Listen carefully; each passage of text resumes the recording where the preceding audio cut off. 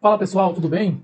Continuando a nossa série de vídeos sobre a reforma tributária, que altera o sistema tributário nacional e dá outras providências, hoje vamos falar do tema mais controvertido da reforma. Eu digo mais controvertido porque está sempre na mídia, está sempre nas rodas de discussões, de especialistas e doutrinadores de direito tributário. Estou falando do Conselho Federativo do IBS. O que seria esse Conselho Federativo para a gente iniciar a nossa conversa?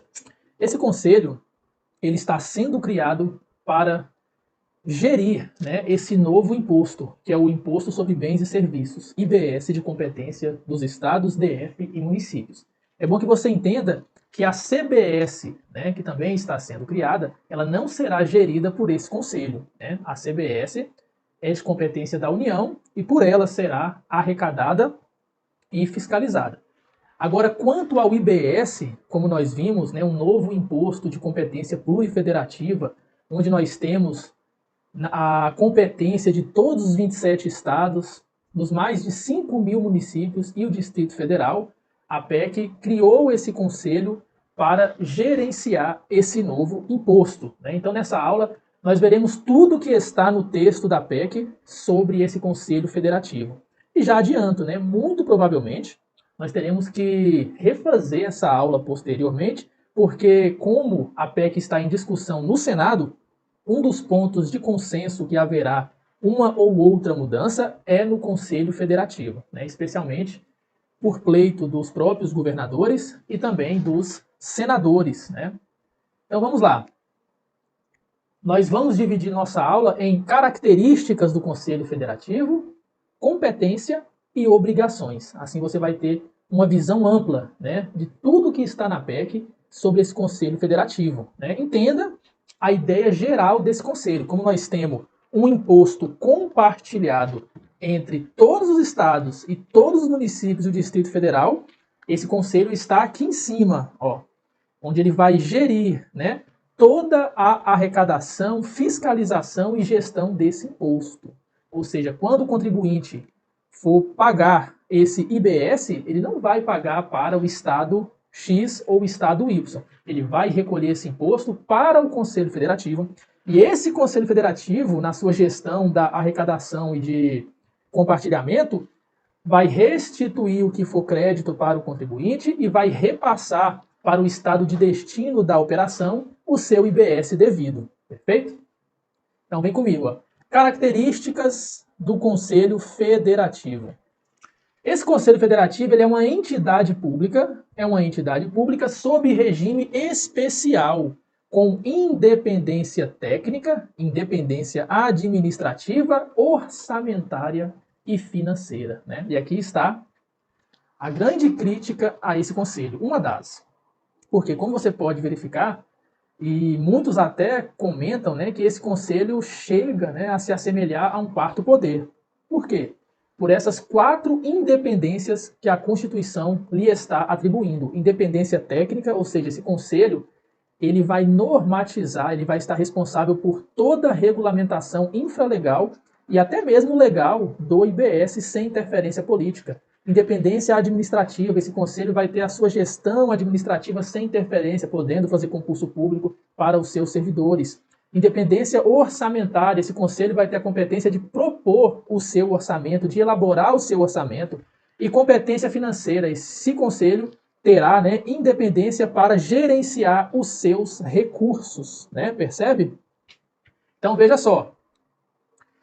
Na estrutura administrativa, no sistema jurídico brasileiro, nós temos União, Estados, DF e municípios autônomos, e temos, dentro de cada um desses entes, poder executivo, legislativo e judiciário, todos autônomos, independentes entre si.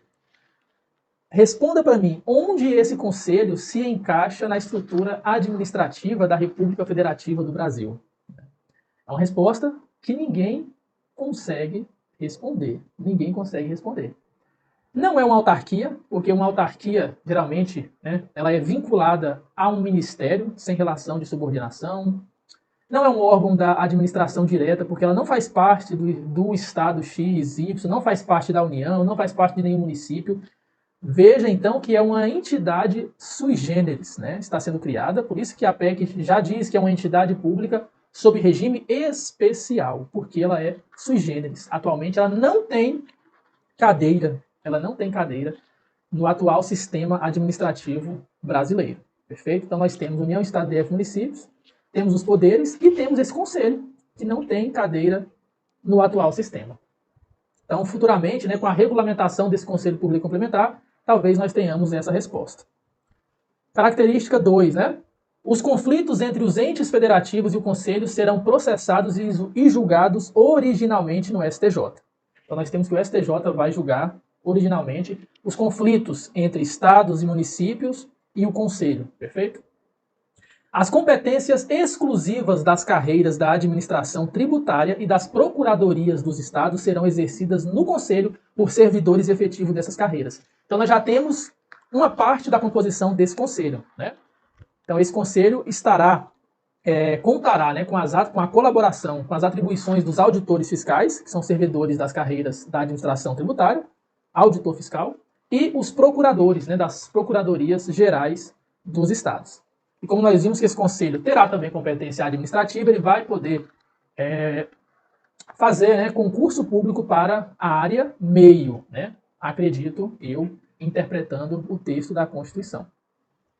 Composição do conselho. O conselho será composto por 27 membros, representando cada estado e o Distrito Federal, e por 27 membros representando o conjunto dos municípios e o Distrito Federal. E a presidência desse conselho será alternada entre o conjunto dos estados e o conjunto dos municípios. Então, como nós temos que o IBS será um tributo de competência compartilhada entre estados e municípios, nós vamos ter um representante de cada estado com cadeira nesse conselho, né? Provavelmente na Assembleia Geral, e um representando o conjunto dos municípios, né? 27 membros representando o conjunto dos municípios. Concorda comigo, né, que nós temos aí 5.550 municípios. Seria inviável todos os 5.000, mais de 5.000, terem, né, assento nesse conselho. Então a PEC criou uma representação, onde teremos 27 membros representando o conjunto dos municípios no conselho. Então, em princípio, nós já teremos nessa Assembleia Geral 54 membros, 27 representando os estados e 27 representando os municípios, com a presidência alternada entre estados e municípios. E como vai ser a deliberação? Em relação aos estados, a deliberação será por maioria absoluta, mais os estados que correspondam a mais de 60% da população do país. Em relação aos municípios, maioria absoluta. E em relação aos estados está a maior crítica, né? Porque para algo ser aprovado nesse conselho, é necessário cumulativamente maioria absoluta dos estados e mais os estados que correspondam a 60%, mais de 60% da população do país, e os municípios maioria absoluta. Então veja que a grande crítica é a seguinte: somente os estados do Sudeste possuem mais de 40% da população brasileira. Em outras palavras, somente os estados do Sudeste poderiam, né, ter o poder de rejeição a qualquer pauta desse conselho. Então, uma das mudanças no texto da PEC, com certeza, será essa deliberação dos estados.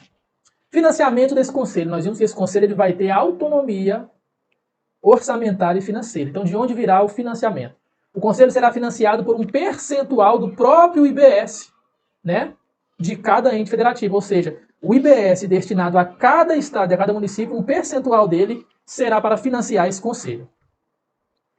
E a instalação desse conselho será financiado pela União, né? Então, no nascimento, né, na gênese desse conselho, o financiamento será pela União. E depois, né, a União será ressarcida. E o seu financiamento ordinário será com um percentual do IBS. Perfeito?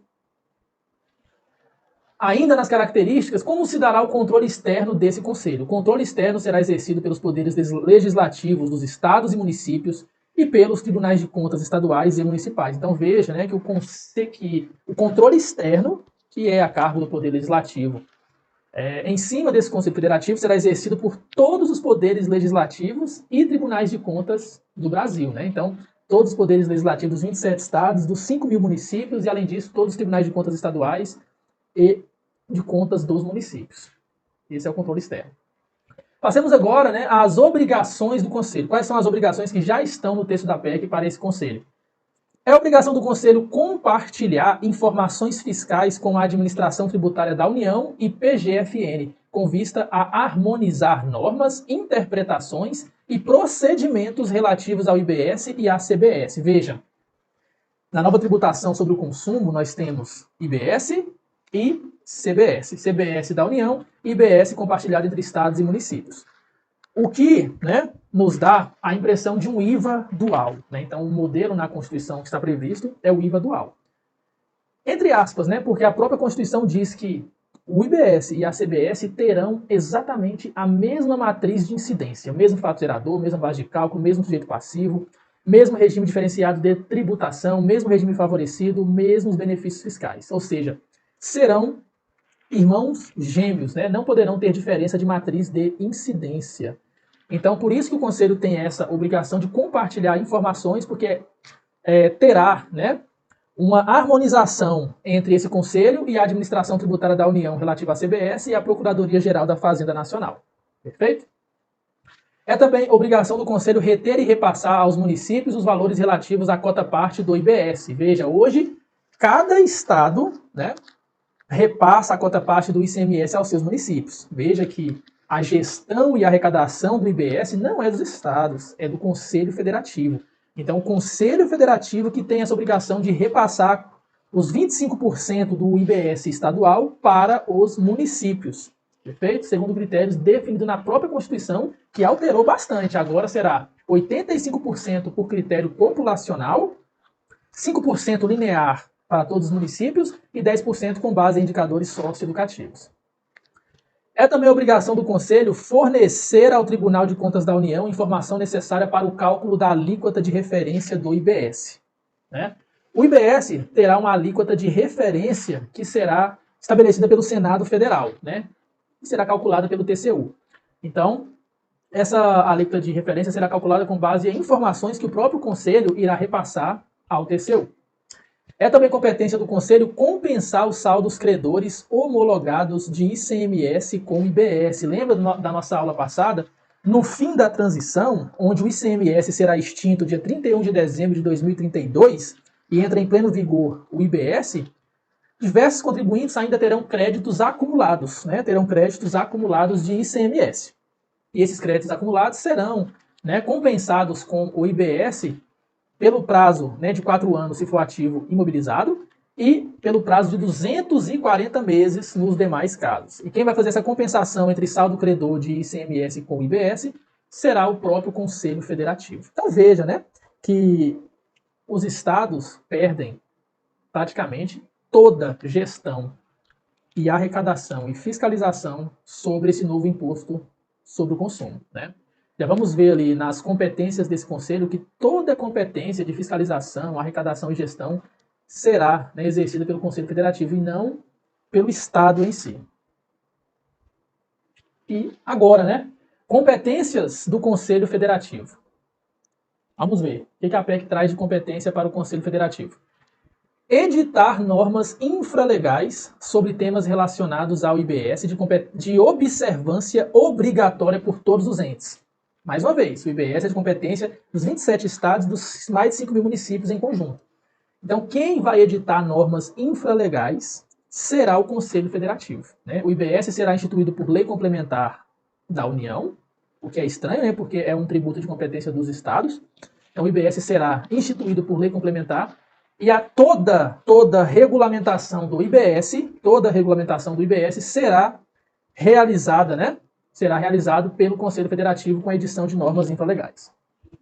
Competência do Conselho: uniformizar a interpretação e a aplicação da legislação do IBS, que serão vinculantes para todos os entes que o integrem. Então veja, Conselho Federativo que vai uniformizar a interpretação. Cada estado ainda vai continuar com o seu processo administrativo tributário, mas nós teremos um processo administrativo tributário, um conselho administrativo tributário dentro do Conselho Federativo, com a competência de uniformizar a interpretação e a aplicação da legislação do IBS, que terá efeito vinculante para todos os estados e municípios. É competência do Conselho arrecadar o imposto. Arrecadar o imposto. Qual imposto? IBS. IBS, somente IBS. CBS não, CBS é da União. Então é competência do Conselho arrecadar o imposto, efetuar as compensações e distribuir o produto da arrecadação entre estados, DF e municípios. E aqui está uma grande crítica, mais uma, né, das grandes críticas ao Conselho. Os estados, durante toda uma cadeia econômica de produção, não verão, né, a cor do dinheiro recolhido relativo ao IBS. O contribuinte vai apurar, né, o seu IBS devido e vai recolher ao Conselho, né? Ou seja, imagine uma cadeia bem grande, né, de tributação, onde o produtor do milho vende para a agroindústria vende para o atacado para o varejo para o consumidor final. Imagine que desde o produtor do milho até o varejo esteja, né, até o atacado esteja no estado de Goiás. E somente o consumidor final esteja no estado de São Paulo, né? No fim do período de transição, embora toda a cadeia econômica ocorra no estado de Goiás, o estado de Goiás não vai receber nada a título de IBS. Por quê? O imposto é devido somente no consumidor final, no destino da operação. Então, somente o estado de São Paulo verá esse IBS recolhido, né? E quem vai recolher esse imposto para o estado de São Paulo será o próprio Conselho Federativo, né? Então, o Conselho Federativo, ele arrecada o imposto, ele efetua as compensações, né, que o contribuinte tem direito, e ele só vai distribuir para o estado de destino da operação somente o saldo líquido, né, o que realmente é devido depois de retirado todos os créditos do contribuinte. Isso pós período de transição federativa, né, que hoje é de 50 anos. Durante o período de transição, o Conselho Federativo vai reter 90% do imposto, né? E esse percentual vai caindo ano a ano, mas de início ele vai reter 90% de todo o IBS recolhido, o que vai beirar, né, 1 trilhão, 800 bilhões, a princípio, pode ser até maior, e distribuir, né, somente 10% para o estado de destino. E esses 90% de IBS retido, ele vai dividir para os estados conforme a média, né, um percentual em cima da média de arrecadação que os entes tiveram entre 2024 e 2028. Perfeito? Outra competência do Conselho, dirimir as questões suscitadas no contencioso administrativo. Como nós vimos, cada estado manterá o seu contencioso. Contudo, a palavra final relativa ao IBS será do Conselho, né? Será do Conselho. O Conselho que vai dirimir as questões, né, suscitadas entre o contencioso administrativo. Outra competência do Conselho, propor a lei complementar que vai instituir e regulamentar o IBS. Então aqui o Conselho entra, né, no artigo da Constituição de competência para iniciar o processo legislativo. Então o Conselho Federativo vai ter competência para propor a lei complementar que vai instituir e regulamentar o IBS. É também competência do Conselho coordenar a atuação integrada dos estados, DF e municípios nas atividades de lançamento, cobrança e representação administrativa e judicial. Então veja, hoje cada estado lança o seu ICMS, cobra o seu ICMS e busca a satisfação desse crédito, né, por meio da execução fiscal. Com relação ao IBS, todas essas competências serão coordenadas pelo Conselho Federativo. O Conselho Federativo também vai elaborar o seu regimento interno e vai também revisar anualmente o valor do crédito presumido concedido ao contribuinte adquirente de bens e serviços de produtor rural, pessoa física e jurídica que opte por não ser contribuinte do IBS. Que bicho é esse, né?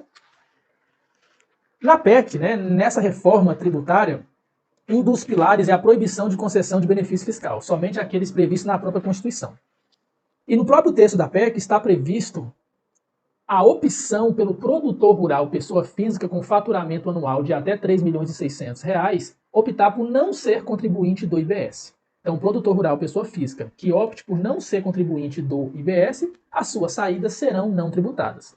E o texto da PEC prevê que quem adquirir, o adquirente desses produtos, né, desses produtores rurais que optaram por não ser contribuinte, esses adquirentes terão direito a um crédito presumido de IBS. Então é isso que diz aqui essa competência. Compete ao Conselho revisar anualmente o valor desse crédito presumido. Perfeito, pessoal? Então essa foi a aula sobre o Conselho Federativo, né, o tão controverso Conselho Federativo.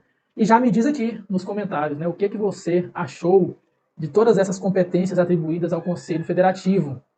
Você acha, né, lendo aqui tudo que nós explanamos, que esse Conselho Federativo ele fere o Pacto Federativo? Você acha que esse Conselho Federativo ele é inconstitucional? Comente aqui, compartilhe aqui a sua opinião, né, nos comentários. E se você gostou desse vídeo, não deixe de curtir e compartilhar com seus amigos. E continue nos acompanhando, que ainda teremos mais vídeo da série Reforma Tributária.